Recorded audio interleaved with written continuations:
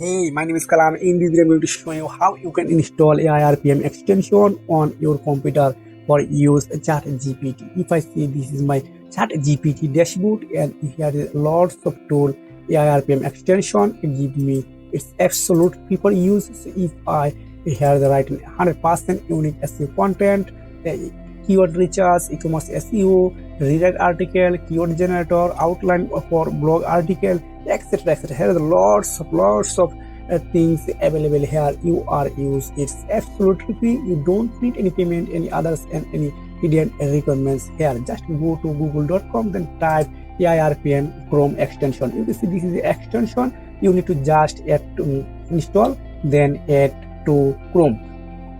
Then you are finally able to use these things. It's absolutely free. You are not able to use on your mobile phone its Chrome extension because it's only available on your computer. But if you want to use on your mobile phone, you need to Chrome browser. Finally, you are able to use on your mobile phone. So I recommend you are install on your computer. So if you want to more video to type up, please comment below. I will try to create a specific video on the for you. See you next video. Take care.